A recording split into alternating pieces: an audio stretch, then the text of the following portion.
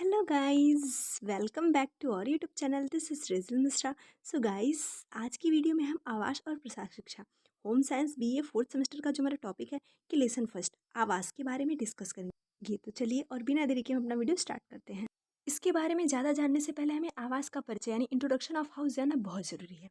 मानव की मूलभूत आवश्यकता क्या है? रोटी कपड़ा मकान में से आवास एक अत्यंत महत्वपूर्ण आवश्यकता है। ठीक है, प्रकृति में न केवल मानव बल्कि सभी प्राणी अपने अपने तरीके से आवास बनाकर रहते हैं ताकि वे वर्षा, धूप, आंधी, तूफान, ठंड, ओले, भयावह जंगली जानवर, शत्रु आदि से स्वयं की रक्षा करें। इसलिए क्या है, आवास की बहुत ही ज़्यादा उनको ज़रूरत है। ये तो था हमारा आवास का परिचय। अब हम आवास के अर्थ पे चलते हैं यानी मीनिंग ऑफ हाउस। आवास शब्द अंग्रेजी के हाउस शब्द का हिंदी रूपांतरण है जिसका अर्थ होता है ईंट और पत्थर से बना हुआ घर या मकान। ठीक है, देखिए घर और मकान दोनों अलग होते हैं। मकान जो होता है वो ईंट और पत्थर से बना हुआ होता है, जो घर होता है वो प्यार स्नेह से बना हुआ होता है। अभी हम इन दोनों में जो डिफरेंस है उसको डिस्कस करेंगे। चलिए पहले हम टॉपिक पे आते हैं। अर्थात आवास एक निश्चित स्वरूप जिसमें संरचना, दीवारें, फर्श, दरवाजा, खिड़कियां आदि होते हैं तथा उसमें व्यक्ति अपने परिवार सहित निवास करता है एवं अपना तथा अपने परिवार का सर्वांगीण विकास करता है। वही हमारा क्या होता है, आवास कहलाता है। आई होप आप सबको आवाज़ समझ में आया होगा। हम अब आवास की एक आध दो राइटर के अनुसार डिफिनेशन देखते हैं। यहाँ पर एक बहुत ही फेमस विद्वान है ऑक्सफोर्ड डिक्शनरी। इनके अनुसार वह भवन संरचना जिसमें निवास किया जाए आवास कहलाता है। जो ऑक्सफोर्ड डिक्शनरी है इनके अनुसार क्या है परिभाषा कि वो भवन संरचना, जैसे मैंने स्टार्टिंग में आप सबको बताया, जो ईंटों दीवारों से बंधी हुई हो, जिसमें निवास किया जाए, जिसमें लोग रहते हो, उसे ही हम आवास कहते हैं। अगले विद्वान हमारे हैं R.S. देश पांडे के अनुसार आवास मानव समूह के लिए एक सरल स्थल है जिसमें दीवारें, फर्श, दरवाजे, खिड़कियां, छत आदि होते हैं। ठीक है, इनके अनुसार है कि आवास क्या है, मनुष्य के लिए एक सरल स्थल है जहाँ पे वो रहते हैं और उसमें दीवारें, दरवाज़ा, फर्श, खिड़कियाँ, छत आदि चीज़ें विद्यमान होती हैं। आई होप आप सबको आवास अच्छे से समझ में आया हो गया। मैंने इसका इंट्रोडक्शन, मीनिंग और डेफिनेशन तीनों बता दिए हैं। अब हम आगे चलते हैं। अभी मैंने आप सबको आगे बताया था कि अभी मैं घर मकान यानी आवास और घर में अंतर बताऊंगी, difference between house and home. So देखते हैं। होम जो हमारा घर है और हाउस हमारा जो मकान है यानी आवास है। ठीक है, घर क्या है, घर हमारा सजीव एवं सचेतन स्वरूप है।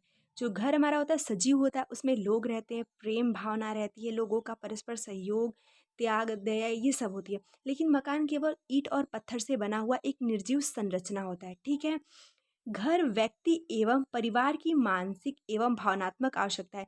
इसमें व्यक्ति होते हैं, परिवार होते हैं, उनकी मानसिक और भावनात्मक जो आवश्यकता होती है उन सबका पूरा होता है। और जो मकान होता है यह व्यक्ति एवं परिवार की भौतिक आवश्यकता, इसमें केवल भौतिक आवश्यकता, ठीक है, ये चीज़ हमें चाहिए, सिर्फ यही होती है। लेकिन जो भावनात्मक होती है वो एक घर में होती है। तीसरा है, इसमें निवास करने वाले लोग के बीच भावनात्मक संबंध होते हैं। इसमें जो घर में निवास करते हैं लोगों के बीच में प्रेम, भावना, सहयोग, इन सब की भावना होती है। लेकिन इसके विपरीत जो मकान होता है उसमें कोई भावनात्मक एवं संवेगात्मक लगाव नहीं होते हैं। चौथा है, सामान्यतः घर विवाह से बनता है। जो घर होता है हमारा विवाहों से बनता है, विवाह से फैमिली बढ़ती है और फैमिली में प्रेम, सहयोग, ये सब चीज़ पाई जाती है।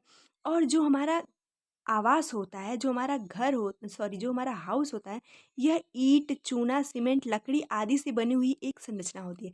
आप सबको शायद पता चल गया होगा, जो प्रेम, सहयोग, दया, करुणा, इन सब से बना हो वो हमारा घर होता है। लेकिन जो मकान होता है वो केवल ईंट और पत्थर और दीवार, खिड़की, दरवाजे से ही बना हुआ होता है। आगे चलते हैं। परिवार के लिए आवास की आवश्यकता। ठीक है, आवास मनुष्य की मूलभूत बहुत ही आवश्यकता है। ठीक है, जो मूलभूत है वो बहुत बहुत ही आवश्यक है। ये आवश्यकता इसकी पड़ती है आवास की।